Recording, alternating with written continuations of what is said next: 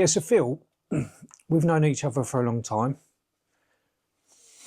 And you are very, very much in the masculine. I know that's a naughty word to say these days, but whatever. There's nothing wrong with being just a masculine bloke. So you're very much in the masculine world, especially with the Viking stuff. I could argue, is the rock stuff? Is that it looks masculine, as in the stage and the moshing. It can be perceived that way, I think, yeah. But it's an incredibly inclusive collective of people. It was part of why I gravitated towards it when I was younger. Yeah. Because again, it was just freedom of expression. Yeah. And yeah, like music is aggressive and loud and noisy, and you know, mosh pits and all of this. It can be perceived as very masculine, but it's an incredibly inclusive environment. Right, you'll see people getting picked up in mosh pits. You know, everyone's there to look after each other. So yeah, you could argue it's perceptibly it's a lot of masculine things that I do. And then obviously you're well known in the business world of all your branding and stuff like that. And I know you've got a good reputation. But I think what I'm going to what I'm trying to get through, because you've helped out with MANUP over the years as well. Do you think the topic of men's mental health is more tokenism, or do you think in your world people honestly are trying to change? That's an interesting question. I think there's a few parts to it, because I think the conversation or the topic is more visible because more people are being more vocal about it. Men or women or other. I think it's pretty balanced, right? Well, okay. So like if you look at different environments, so within like the heavy metal community side of things, there's a lot of talk around mental health. There's a lot of people that have, you know, suffered with varying different things. People that have, you know, quite prominent, have taken their lives. Yeah. You know, it's like part of why MANUP started, right? It was Keith Flint. When you were looking at that kind of situation there. Like we've had the same in that kind of scene with, you know, like Chester Bennington from Linkin Park. LinkedIn, was it? Yeah. Linkin Park, that's not it, LinkedIn. Yeah. Sorry, I don't know. Branding in there. It's that kind of thing. So it is a prevalent topic, and there's a lot of charity initiatives that have come out of these kind of things. Then the interesting thing about the so the Viking combat side of things that I do, right? It's an interesting thing, because the reason I gravitated towards it is I've always been interested in history. I've always been interested in like the evolution of humans and where we came from, you know, from using stone tools all the way through to like advances in technology. And it all comes down to like community, right? Everyone had a job, and everyone toiled in the field, and, you know, everyone had to defend what they had, you know. But I got involved in it because my background was actually extreme sports. So for me, again, like a bit of a, could be perceived as quite a masculine thing, you know. I was basically spent many years of my life throwing myself off things for a living. And that was in part a bit of a coping mechanism for me. I was going to say, you know where my question's going to go. Yeah, exactly. But we've talked about it before, and it was like, it could almost be perceived as like self-harm back then, right?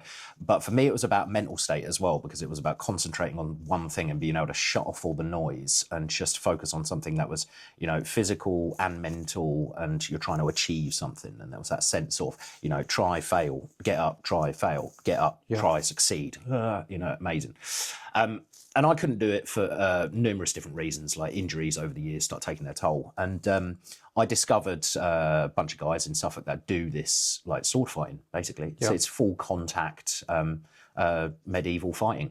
And I gravitated towards it quite quickly because, like, you get to dress up and feel like a badass, you know. But there's aspects of it that you could say is almost like escapism. Because a lot of people, it's like you wear a suit or a shirt. You're stealing my question, by the way, but preempting it. I know what's coming. It's like, you know, decade of friendship. I know where it's kind of going, but it's it's interesting because you see a lot of different characters that are involved in this kind of thing. We've got like ex-servicemen, squaddies, right? So when you're in the service, everyone knows your name. You know, you're respected. Your day's pretty regimented, and then you come out into city street, and a lot of servicemen then struggle, right? Because you're just another person. You know, and people won't acknowledge you in the street. There's no purpose, right? And they're looking for that brotherhood and that camaraderie, because it's like a team sport, right? It's a game of rugby, but with swords and shields. You know, you have to be able to trust the person to your left and your right when you know, do fights that have got like 300 people aside. You know, it's full blown, you know, sweaty, messy. How many bones have you broken now? Well, okay, so through skating, close to about 40, and then through sword fighting, 2. So, okay, that's, the objective is don't get hit. These things happen, You know, these things happen. It's often like fingers and bits and pieces because you are like everything's a target zone and you're still chucking lumps of metal at each other. It's interesting because it attracts such a diverse mix of blokes. Right. It's very male dominated. There are a few women that do the type of fighting that we do, but there's very few.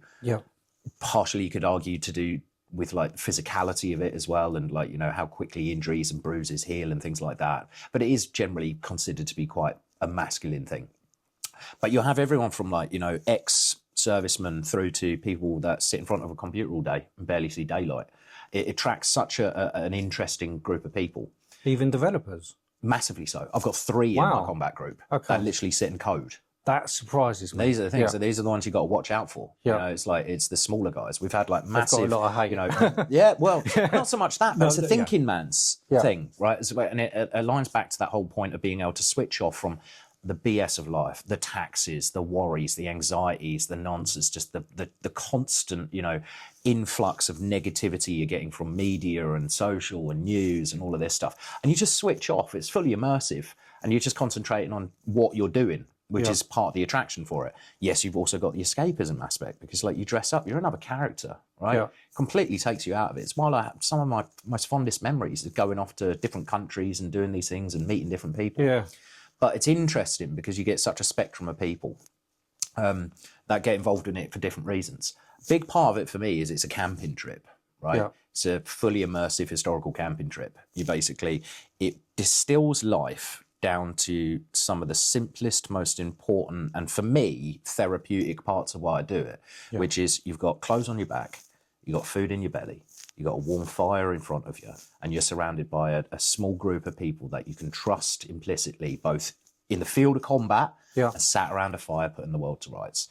And what I've experienced through it is just the openness of those conversations are far more fluid in those situations because everything else kind of almost, you know, just disappears, the outside world. We're not necessarily talking about, oh, you know, national insurance increased for one of my clients, so they've got to find £140,000 more out of, you know, it just comes down to those simple things about, like, a lot of the guys will come to me after training going, oh, I haven't come to training for a couple of weeks. It's like, I so needed this. You know, the physicality of sweating, but also that mental dexterity of just being able to switch off and just enjoy yourself doing something competitive, which men need. Plus, it's also the controlled violence aspect, which there's a huge argument around. You know, there's nothing more dangerous than a dangerous man who can control, you know, his physicality. Good old Jordan. But it is. It's so it's interesting over the years of being a part of running this group and growing this scene within the UK as to the diversity of mental resilience. You know, you have people that, you know, oh, I've never had any mental health issues. You know, it's just like, you know, get on with life. All the way through to people that have had the depths of shit that they've gone through.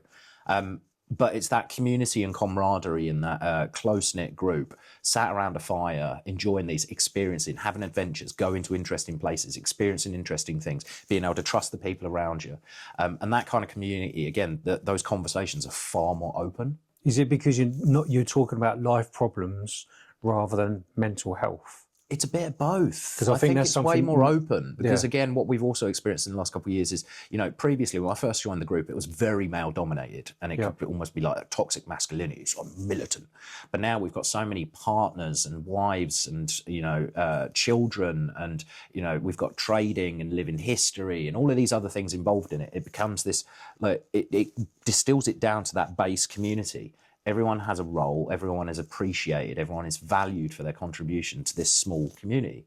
It's like that kind of village life approach, you know?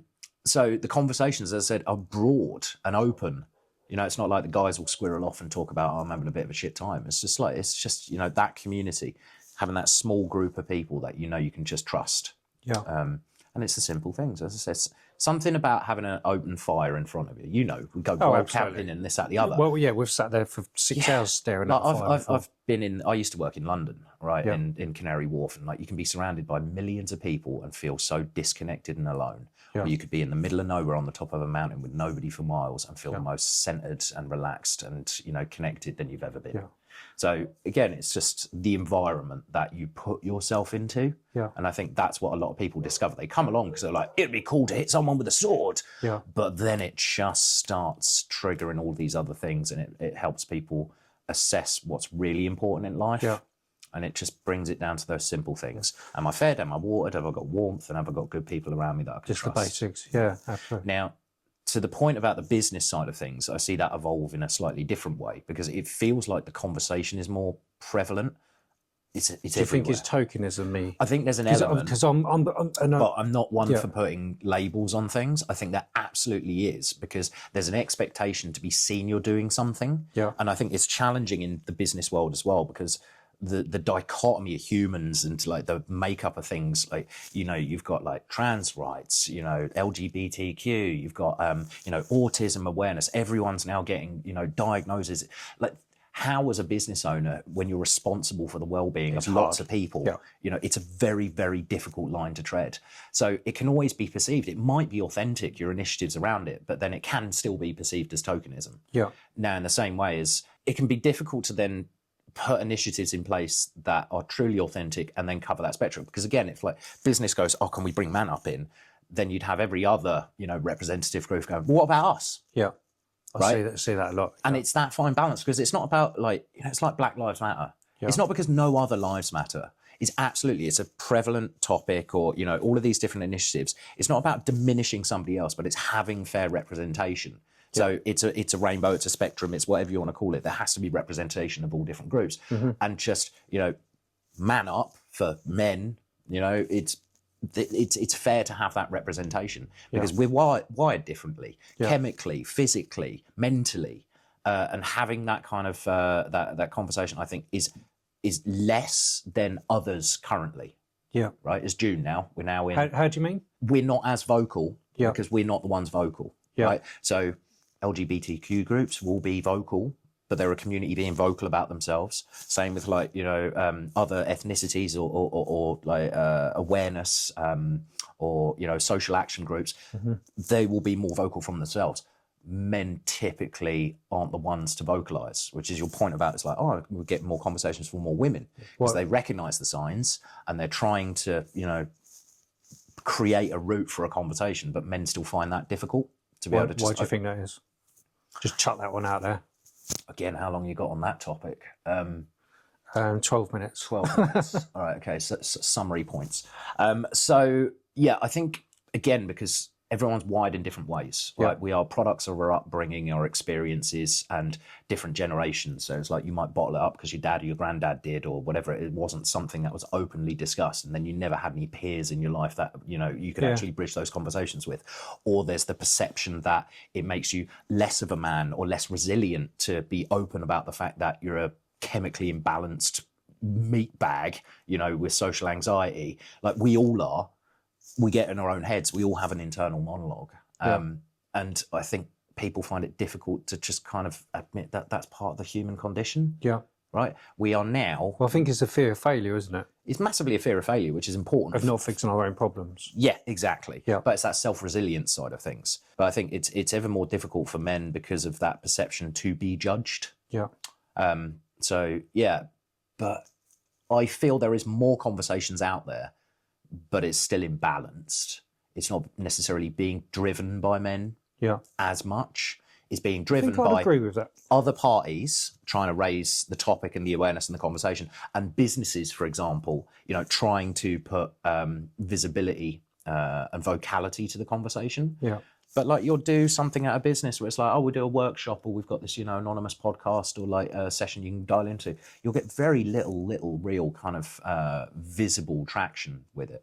But it's always in the background. It's the silent DMs and questions or, you know, people reaching out for help or advice. There's still anxiety about just being, you know, the world's a shit show. Oh, I'm struggling at the moment. Yeah. Genuinely.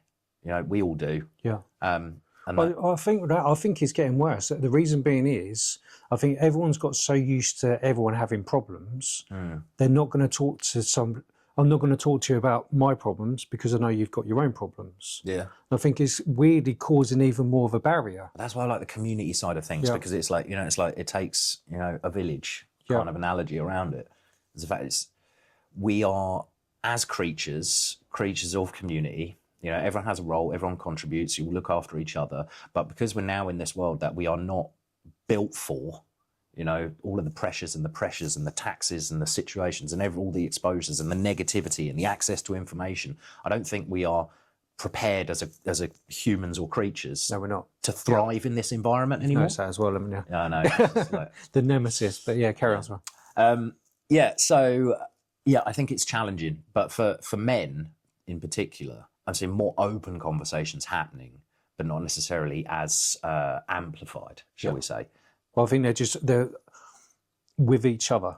Yeah, exactly. Which to me is progress. It is, but actually, one of the other things as well, I know we've only got like 8 minutes or whatever, but one of my biggest bugbears, and is if we share anything to do with, you know, the MANUP talks we do, we'll get a specialist to talk about. Every now and again, we'll get a female in, not Dr. Susie Bennett or Beth Jones, and you'll always get that one bloke of like, why are you giving a woman a voice?